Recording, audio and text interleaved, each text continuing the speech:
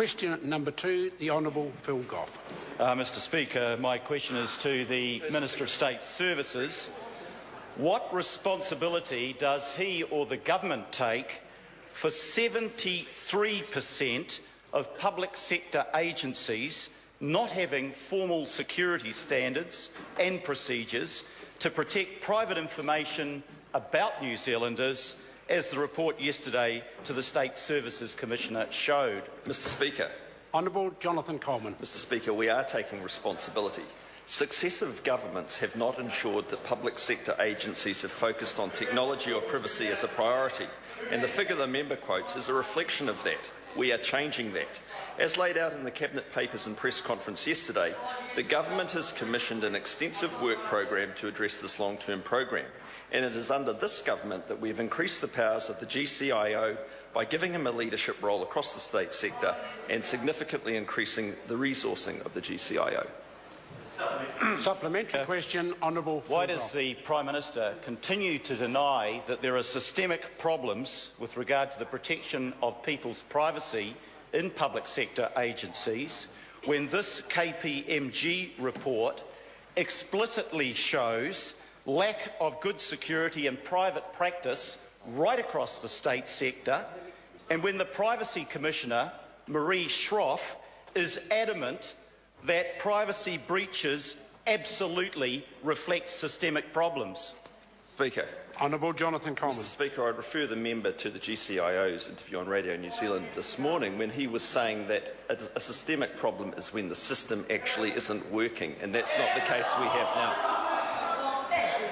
Supplementary question, Honourable Supplementary Phil question was the government employee, the government Chief Information Officer, is accurate in that comment as he was about New Zealanders having trust and confidence in the government's ability to protect their personal details, when Colmar Brunton said 60% of New Zealanders had no trust in the government to do that. Honourable Jonathan Coleman. Mr Speaker, I would point out that this is a member who constantly seeks to access defence Point of order, Mr Speaker. Your attention's been distracted. I asked a question of the Minister. He's not answering the question. He's attacking me. Could the Minister just answer, address the question? Speaker, the member's question was about confidence in the security of information, and I'd point out that this is a member who constantly seeks... Order. Can the Minister please just address the question that was asked? I don't agree with his assertions. Supplementary question. Mr Speaker, how do privacy breaches affecting over 120,000 individual New Zealanders in the last 2 years alone not constitute a systemic problem? Honourable Jonathan Coleman. Well, as I said, Mr Speaker, I don't agree with the assertions he's making around this. There is work to be done around privacy, and the government has a very clear program of work underway to address these issues. But I might note that nothing happened during the term of the last Labor government in this regard. Point of order, Mr Speaker. Point of order.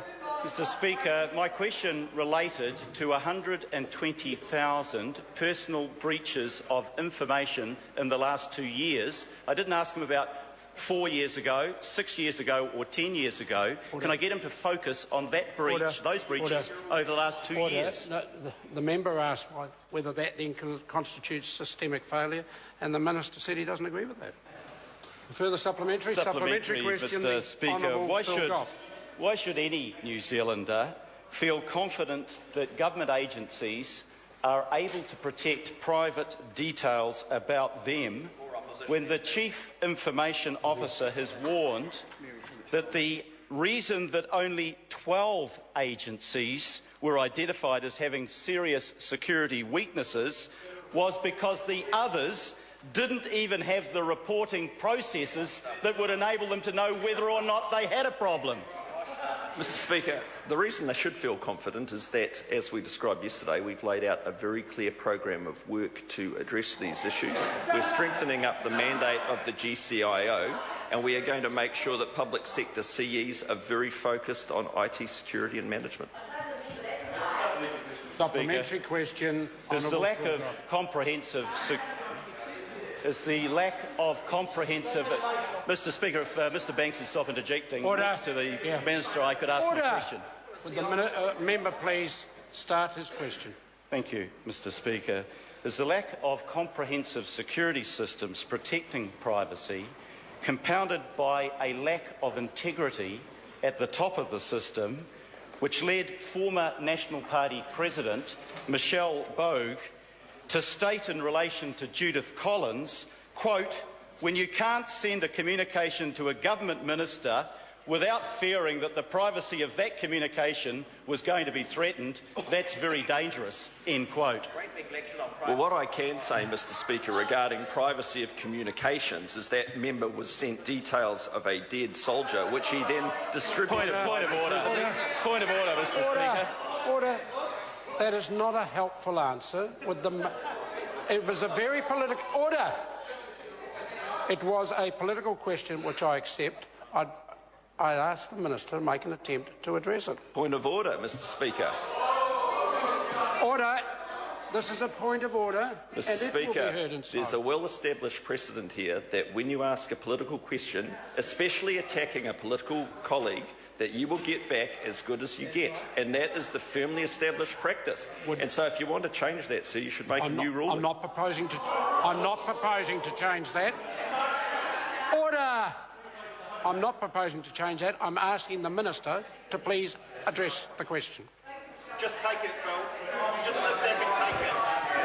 Mr Speaker, this member talks about the leaking of communication. Point of order, Mr Speaker. Mr Speaker, you don't answer a question by starting an attack on the questioner. Order!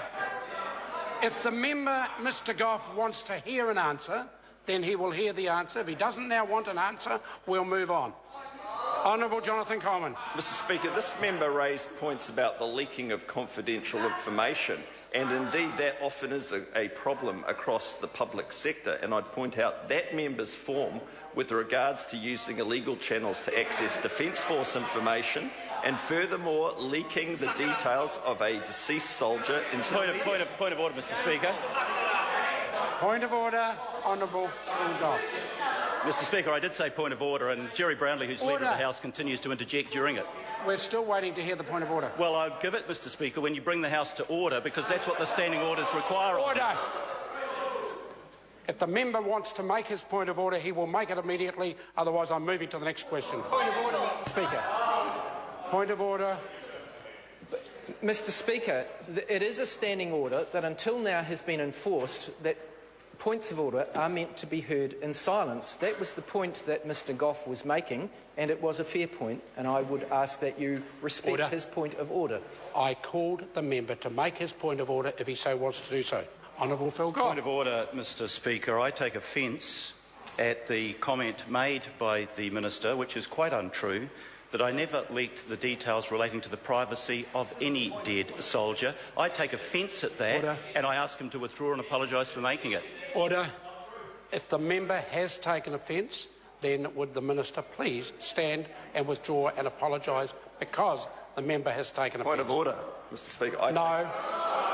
The member will please... I withdraw and apologise. Thank you. Sincerity you can manage. Order.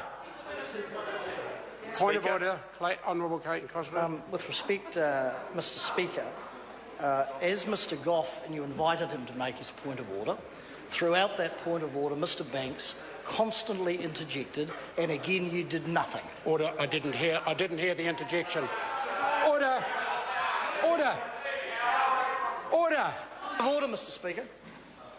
Point of order, Honourable. Could I suggest maybe the technicians need to look at the sound system, because it appears, sir, with respect, it appears quite genuinely that there is a sound problem. Order. You appear to be able to hear everything on this side, but nothing on that side. Order. If the member continues to make that sort of point of order, he will be leaving the chamber. Point of order, Mr Speaker. Honourable John Banks. During the narrative, the member over there, the very Reverend Dr Clark, made a disgraceful, across the House, abuse at my benchmate, which was insulting and demeaning to the whole of the Parliament. Could you drag him back in and get him to withdraw and apologise? No, well, if the member... I'm looking for the member, he's not here, so I can't drag him back in. Order, this is getting to the stage when we're having points of order which are now frivolous. If it is a serious point of order, I'll hear it, but if I conclude it's a frivolous one, then I will be asking any member that raises a frivolous point of order to leave the chamber. Does the member wish to continue? Minister Jonathan Coleman quite clearly called a member on this side of the House a coward.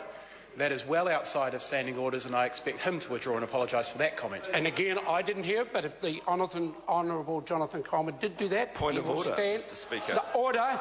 Point of order. If the minister did yell across the House calling someone a coward, he will stand, withdraw and apologise. Mr. Speaker, I'm not going to apologise if you're not going to give me the chance to explain what went on. I'm sorry. I'll leave the chamber. The member will leave the chamber. Before I call question number 3, I can advise that it will be asked on behalf of Barbara Stewart, by the way. So, question number 3, Barbara Stewart. Thank you, Mr. Speaker. Mr. Speaker, on behalf of